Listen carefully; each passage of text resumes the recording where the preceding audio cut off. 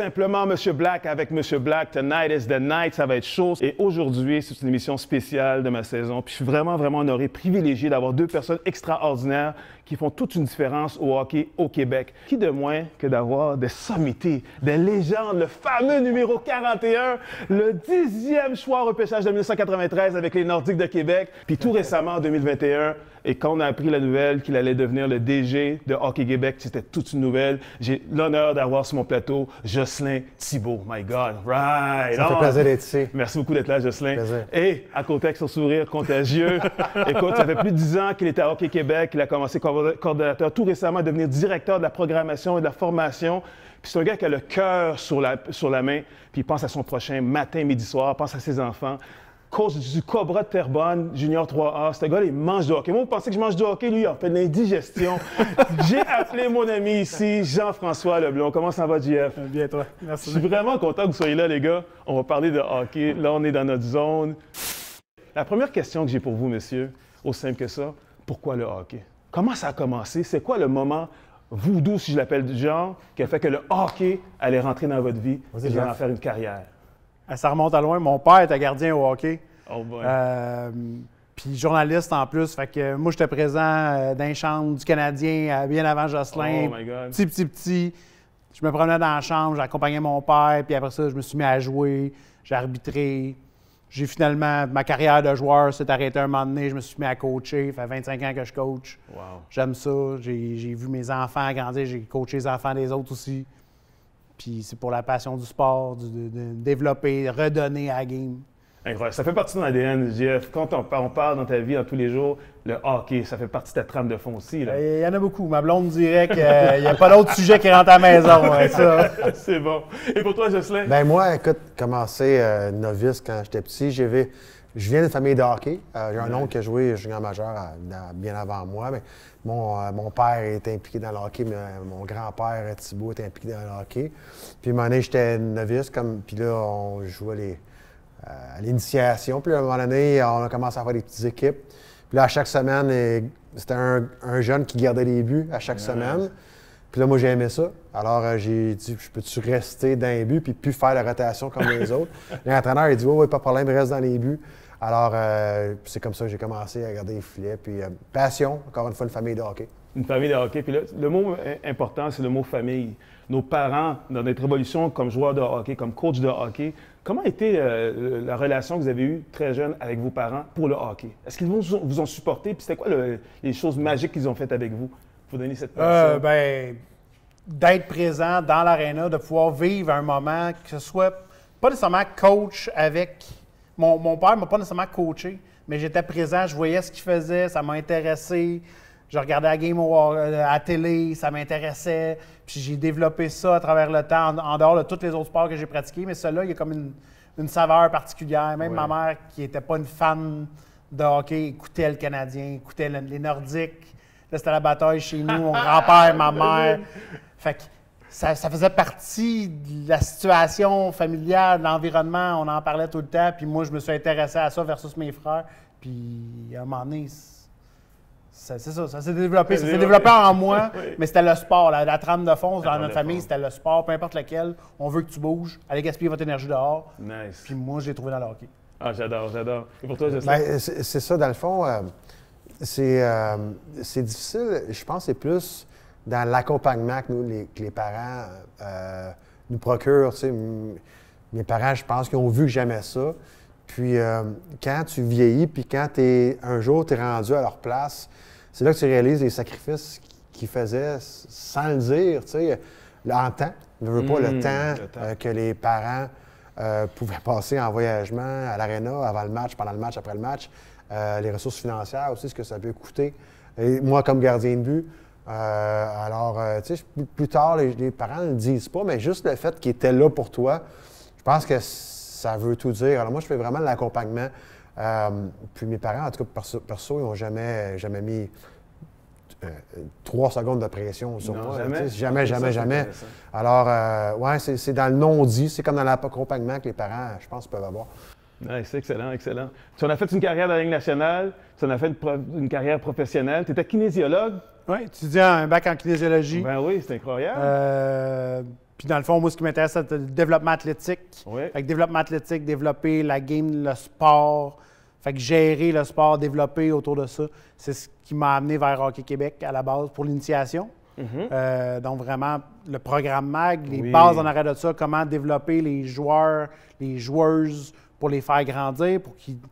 Ce qu'on veut, c'est qu'ils développent le plaisir de jouer, de la passion qu'on parle depuis tantôt.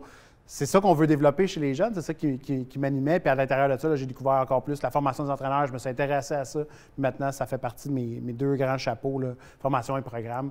D'être autant là pour les entraîneurs, les parents, les jeunes, les joueurs, les joueuses qui commencent, qui progressent.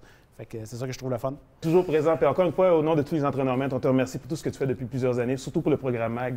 Et puis toi, Jocelyn, tu as fait une carrière internationale, puis à un moment donné, tu as dit « Hey, je reviens en Estrie. » Phoenix, c'est en 2012-2013, ça fait l'acquisition. Puis là, tu es directeur général de Hockey Québec. Mais tu aurais pu être dans le sud, en Floride, en Europe, mais tu as décidé de revenir ici chez vous. Pourquoi? Oui, bien écoute, ta question est bonne, puis je vais répondre simplement. Quand j'ai pris ma retraite en 2008, j'étais à Buffalo, puis tu sais, je cherche un petit peu dans le sens, OK, qu'est-ce que je veux faire de mon après-carrière, tu sais, puis rapidement, l'alignement de mon après-carrière, ça a été redonner aux jeunes. T'sais, redonner à mon sport, donner aux jeunes. Puis je suis parti de projet en projet, puis comme 14 ans plus tard, je suis ici, puis j'avais jamais prévu ça. T'sais, quand j'ai pris ma retraite en 2008, j'étais un gars de business, puis j'étais un gars de hockey, de sport. Puis à Sherbrooke, il manquait, quand je suis revenu des États-Unis, il manquait d'heures de glace, il manquait d'aréna. Puis là, les gens me disaient, hey, il manque d'aréna, veux-tu faire quelque chose? Fait que là, j'ai parlé avec des gens de la ville de Sherbrooke, puis effectivement, là-bas, ils cherchaient des investisseurs pour bâtir un aréna. Nice. Alors, on a bâti un aréna, puis qui fonctionne encore super bien. Le junior majeur, même chose. Pour moi, le junior majeur, c'était important dans ma vie quand j'étais plus jeune. Mon père m'amenait, j'étais un gars de Laval, fait que, mon père m'amenait voir les voisins de Laval, puis par la suite, les Titans de Laval. Fait que quand à Sherbrooke, il y a eu l'opportunité d'amener le hockey junior à Sherbrooke, bien, on m'a demandé de faire partie de ça. Alors, j'ai dû lever la main. Oui, c'est important pour le développement du hockey, le hockey junior. Puis là, j'ai eu des filles, j'ai été piqué dans le hockey féminin, j'ai été piqué, j'ai coaché les équipes du Québec, en tout cas, plein d'affaires. Puis là, le poste Hockey Québec s'est libéré, peut-être, je sais pas, 1 an et demi à peu près. Puis du jour au lendemain, je disais, peut-être, ça m'intéresserait peut-être ça. Tu sais, j'ai peut-être de quoi apporter, bien humblement. Puis tu sais, le hockey, je trouvais qu'il y avait quelque chose qu'il fallait qu'il se passe. Alors, c'est vraiment un alignement comme ça, puis une série d'événements imprévus, là. Ouais, c'est un peu ça. En tout cas, on était très heureux qu'on ait entendu la nouvelle en octobre 2021, qu'on savait que tu venais au rendez-vous, parce que non seulement administrativement parlant, tu as sûrement un bon background, mais sur le terrain, on te voyait aller, tu étais un combattant, tu étais un persévérant. C'était vraiment encourageant pour tous les... merci, puis tu sais, j'apprécie que tu perçoives ça, que vous percevez ça, mais tu sais, à la fin de la journée, tu sais, JF, moi, je veux juste...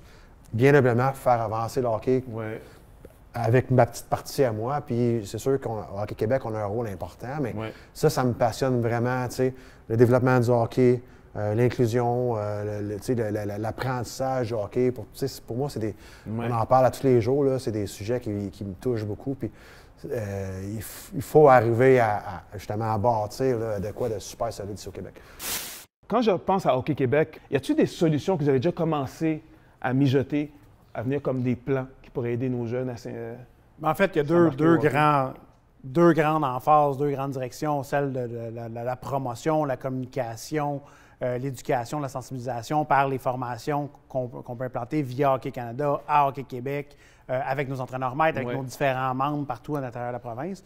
Puis, il y a l'autre volet des programmes. Donc, Hockey Canada a certains programmes qui permettent de diminuer ces irritants-là d'accès financier, accès au niveau du transport, etc. Puis mon intérêt comme directeur à l'intérieur de la fédération, c'est de voir qu'est-ce qu'on peut faire pour diminuer ces barrières-là, pour augmenter la participation des jeunes, des différentes communautés, des nouveaux arrivants. Peu importe l'origine de la personne, son background, ses expériences. On s'attend à ce qu'un jeune qui arrive peu importe où dans le monde n'a pas nécessairement le hockey comme sport national. C'est ça. Donc, on doit développer, on parlait beaucoup de passion tantôt, bien c'est ça qu'il faut développer en premier lieu, qu'ils connaissent le sport, qui veulent s'y intéresser, puis qu'éventuellement, ils deviennent un joueur dans une équipe, dans une ligue, qui fasse partie de la grosse communauté de Hockey Québec, fédéré, etc. Donc, c'est deux gros pendants, puis notre travail, c'est justement de pouvoir offrir des services qui soient adaptés à leur réalité, à ce qu'ils ont besoin. Je pense que le prochain pas qu'on doit faire, c'est là, de ne pas avoir un seul canal. Le sport, le hockey, ça se joue de telle manière, de A à 3A. Non, il y a peut-être d'autres manières de faire que des hockey mineurs mettre en place, qu'il n'y a pas nécessairement provincialement. Mais ces bonnes idées-là, je pense qu'on doit les copier-coller, les amener ailleurs pour voir, dans telle communauté, c'est de ça que vous avez besoin, oui. Voici le programme, voici les facilitants, voici comment on peut vous aider à le faire. Puis je pense qu'on est rendu là. C'est non, ça, puis pour faire du pouce, ce que JF a dit, tu sais, quand je suis arrivé à Hockey Québec à l'Au Fun, tard à l'automne 2021, ça m'a pris un certain temps, une couple de mois à bien maîtriser. C'est quand même gros Hockey Québec, puis c'est plusieurs composantes. Puis ce qui m'a vraiment frappé, c'est que je trouvais qu'on n'avait pas vraiment personne, on ne prenait pas le temps à Hockey Québec de penser à développer le hockey vraiment. Un peu, mais pas vraiment. Puis on n'avait pas vraiment de ressources à l'interne qui pensaient à ça. Alors, c'est pour ça qu'on a fait une réorganisation à l'interne et puis on a ouvert deux nouveaux postes de directeur. Et puis Jean-François, on a créé un nouveau poste, directeur des programmes et des formations, parce que il y a plein de programmes qui existent, mais il y en a, je ne sais pas s'il y en a trop, mais justement, on est tout partout. Puis on est perdu. On est perdu. Au Canada, ils ont plein de programmes, puis des super bons programmes, puis nous aussi, on a des programmes. Fait que une des premières choses que Jean-François a fait, c'est vraiment de dresser l'inventaire des programmes qui existent. Puis on va partir de là, puis on va vraiment s'asseoir, puis voir quels sont les programmes qui sont bons, quels sont les programmes qui sont plus ou moins pertinents.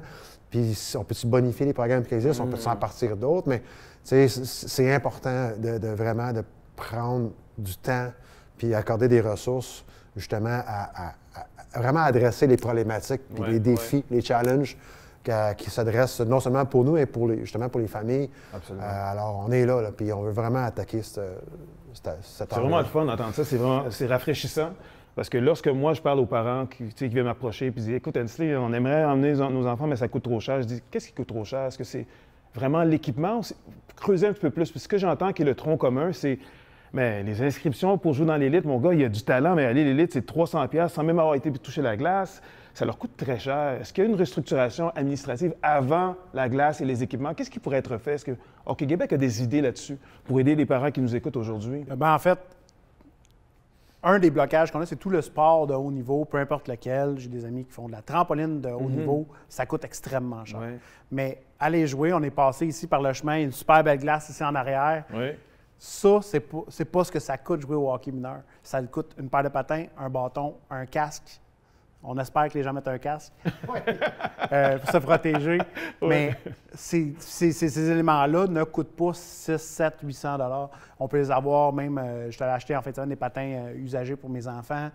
On veut aller patiner. Il y a des moyens de jouer au hockey sans nécessairement jouer au hockey de façon fédérée, associative ou autre. Après ça, quand on se découvre une passion, on est bon, on progresse dans le hockey, bien, il existe des fondations. La Fondation pour l'enfance du Canadien, la Fondation Le But, qui est nouvellement formée depuis l'année passée, qui permet de donner accès à de l'équipement aussi à l'inscription. Donc, par exemple, Hockey Canada a un programme qui s'appelle Rêve devenu réalité. Donc, moi-même, à l'intérieur de Hockey Québec, j'avais entendu parler, mais sans plus que ça. Puis on a commencé à plus s'intéresser au programme qui permet à des jeunes d'avoir accès à de l'équipement et une saison de hockey. La première saison est complètement payée par le programme de Hockey Canada. C'est tout récent, c'est nouveau, c'est relativement nouveau. C'est un pendant de première présence. Qui avait un certain coût à ça. Donc, n'importe qui pouvait s'inscrire. C'est pour l'initiation. Avait des heures de glace aussi. Puis, ils se sont rendus compte que peut-être des familles n'avaient pas le 200 $ que ça coûtait pour faire partie de ce programme-là. Donc, Rêve devenu réalité a découlé de ça. C'est complètement gratuit. C'est accessible à une communauté qui en fait la demande. Il va en avoir, par exemple, dans la prochaine année, 2 à Montréal pour 60 inscriptions. Donc, ça permet l'équipement et la première année. Nice. Mon souci à moi, le souci qu'on peut avoir dans le temps de la fédération, c'est beau de les amener. Mais à cette heure, est-ce que la famille peut l'amener à l'aréna? Est-ce qu'on peut le voyager? Parce qu'un des soucis qu'on a à l'intérieur du hockey, c'est qu'un jeune de Pointe-aux-Trembles peut être obligé d'aller jouer à Montréal-Ouest, d'avoir quand même une certaine distance. Fait que si la famille n'a pas de voiture pour le transporter, est-ce qu'on peut rendre le transport en commun avec la poche de hockey pour pouvoir y aller? Est-ce que l'aréna est disponible aussi? Fait qu'il y a des enjeux de déplacement. Mais est-ce qu'on peut regrouper ces jeunes-là, peut-être, pour jouer juste contre la ville d'à côté, juste jouer à l'intérieur de la même ville? On parlait des fois de certaines plus grosses villes sur la rive sud, la rive nord. On pourrait juste rester à l'intérieur de sa ville pour jouer du hockey purement local, au lieu d'avoir une base de compétition où là, on fait un tournoi à Rouyn-Noranda, puis on se promène. Mais tu as touché à quelque chose tantôt, puis je pense que ce qui est important, c'est qu'il faut faire découvrir notre sport. Mais dans un premier temps, il faut que les jeunes s'intéressent au hockey. Il faut que les gens, au moins, ils goûtent, qu'ils l'essayent. C'est un défi, je pense, en tout cas, qu'on se donne. Puis il y a des outils, mais peut-être qu'il n'y en a pas assez. On va se pencher là-dessus. On parle de Hockey Québec, RSEQ, le réseau scolaire, Hockey Québec. Comment on match les deux pour qu'ils travaillent ensemble plutôt qu'un contre l'autre? Bien, on travaille là-dessus actuellement. Ouais. Et puis, il y a deux choses. La première des choses, c'est que le hockey scolaire, il y avait 3 ligues, il y avait 3 réseaux différents. Tu avais le RSEQ, tu avais le LHIQ, je ne me trompe pas, dans la région de Montréal surtout, et tu avais le LHPS. Maintenant, le RSEQ travaille sur une harmonisation, un plan d'harmonisation de 3 ans. Maintenant, c'est un réseau. Il y a 3 divisions, mais c'est un réseau.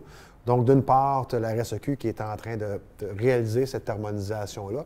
Et en même temps, parallèlement à ça, je devrais dire, on est en train justement d'harmoniser le hockey scolaire et le hockey associatif.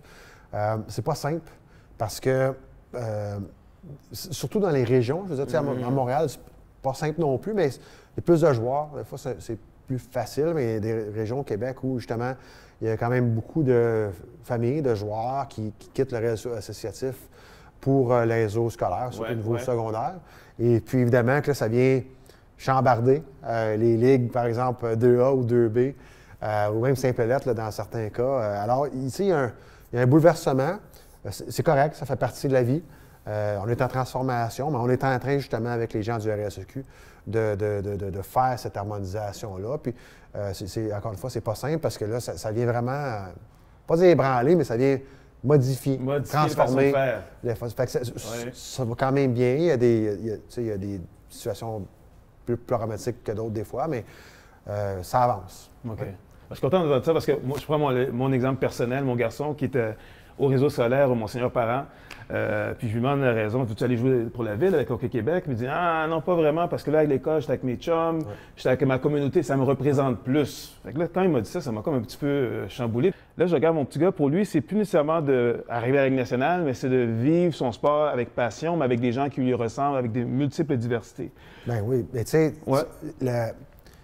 c'est une offre de service qui convient à plein de jeunes, plein de parents, plein de jeunes.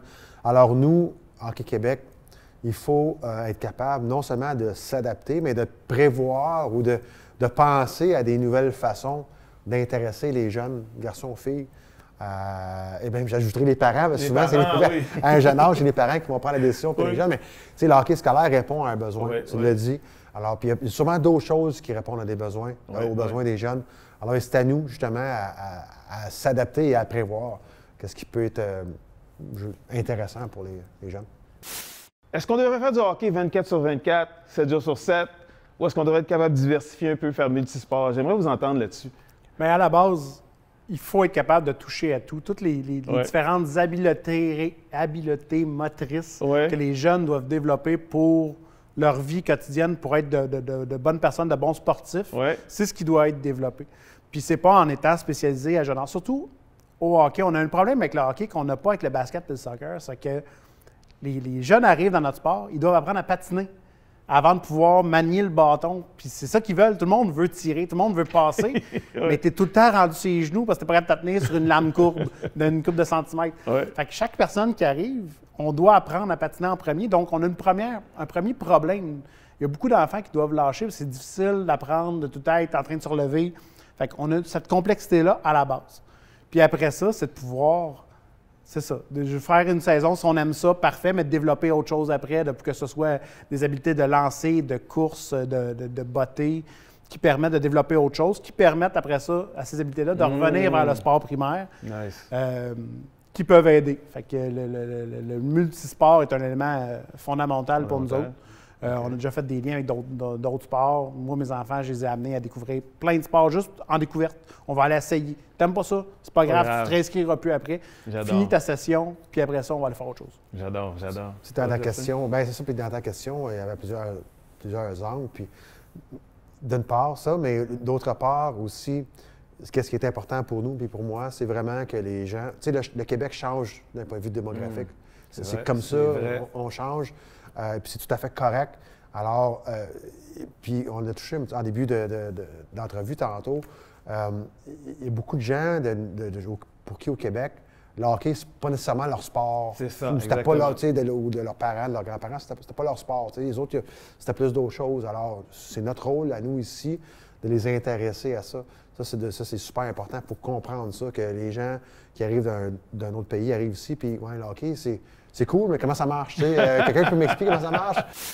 Quelle est la première étape pour moi, un père de la diversité, pour approcher Hockey Québec? Est-ce que c'est d'aller là sur un site? Est-ce que c'est de contacter quelqu'un, parler à mes coachs? C'est quoi le protocole ou le suivi, la séquence? En fait, puis sur notre site, les gens peuvent le voir, mais c'est d'aller contacter les associations de hockey mineur locales. Des fois, ça peut être, si on n'est pas sûr, là, la régionale, puis les gens vont nous guider. Moi, je demeure à Saint-Julie, par exemple. Est-ce que on a contacté l'association locale? Des fois, la région peut aider. Des fois, Hockey Québec peut aider. Des fois, juste appeler Hockey Québec. Moi, je suis à Montréal, dans tel endroit, où je peux inscrire mon jeune. Mais les informations sont sur le site. Hein? C'est le meilleur endroit? Tout à fait. Et puis, ça va être dirigé vers les bons endroits. Et puis, première des choses, puis après ça, bien, justement, les associations locales devraient être en mesure de donner l'information qu'il faut en lien avec la catégorie d'âge, la classification. Alors, oui, tout est là. Tout est là? OK, excellent. À partir des loisirs, les loisirs de la ville vont pouvoir organiser aussi. C'est sûr qu'une saison de hockey, c'est de septembre à mars. Plus ou moins, là, on a encore des deux côtés. C'est sûr qu'un père, une mère qui vient nous voir, nous dit on est en février, je vais inscrire mon jeune au hockey. C'est peut-être plus difficile. Là, on va leur orienter plus la personne vers le patinage libre, vers les patinoires extérieures. Des fois, le hockey mineur a, dans certains endroits, des hockey plaisir. Donc, c'est une espèce de ligue de garage pour les jeunes où tu viens à un moment précis, tu joues, ça dure 4-5 semaines, tu repars. Fait que c'est un beau service qui est très peu répandu, mais qui, je pense, pourrait être une bonne avenue pour intéresser les joueurs à jouer sans être dans le niveau compétitif. Nice. On est vraiment dans le récréatif, dans le jouer, dans le plaisir. Exactement. Écoute, ça met terme à la rencontre. Je vais prendre le temps de vous remercier de venir sur une scène comme, je ne sais pas ce qui va se passer, mais parler d'un sujet pour moi qui me tient à cœur, la diversité et l'inclusion sociale. Ça, pour moi, c'est 1 million $, ça n'a pas de valeur, ça n'a pas de prix. Puis vous êtes deux gars passionnés. Toi, Jocelyn, je te regardais aller, là, comme un fan. J'étais à côté, j'étais un peu « Oh, Jocelyn! » Puis Jeff aussi, j'ai beaucoup d'admiration pour tout ce que tu fais pour nos jeunes. Et tu étais comme mon mentor chez Hockey Québec, comme entraîneur-maître. Puis de t'avoir avec moi, d'avoir cette discussion-là sur quelque chose qui me tient à cœur, c'est vraiment... je me sens très privilégié aujourd'hui. J'ai beaucoup de fébrilité, mais vraiment très, très privilégié. Je vous remercie. C'est gentil, puis moi, je tombe perso, là, c'est un plaisir, c'est vraiment un honneur pour nous, justement, d'être ici, puis merci d'avoir pensé à nous inviter. On est content de pouvoir échanger, puis de faire avancer notre sport, puis c'est super important pour nous. Ah, all right, excellent. Jeff, tu as dit quelque chose? En fait, on parlait de famille tantôt au Hockey Québec. On s'est découvert dans l'organisation d'un programme en particulier. On a connecté là, on se parle depuis ce temps-là. Tu n'es plus entraîneur nécessairement, je suis plus responsable d'initiation. On se reconnecte encore. C'est ça le sport. C'est ça qui est le fun. C'est d'entretenir des relations, de développer des relations comme ça, de les entretenir sur du très long terme. Puis merci à toi pour ton implication. Puis à tous les entraîneurs du Québec, en fait. Merci. On salue tous nos frères et nos sœurs qui entraînent nos jeunes dans le programme MAG ou tous les programmes disponibles pour les jeunes hockeyeurs du Québec et du Canada. Encore une fois, monsieur, c'était pour l'émission Simplement Monsieur Black avec Jean-François Leblond, directeur de programme et formation Hockey Québec, et le directeur général de HQ Hockey Québec, Jocelyn Thibault, notre 41 international. Monsieur Black, pour merci. One love, baby.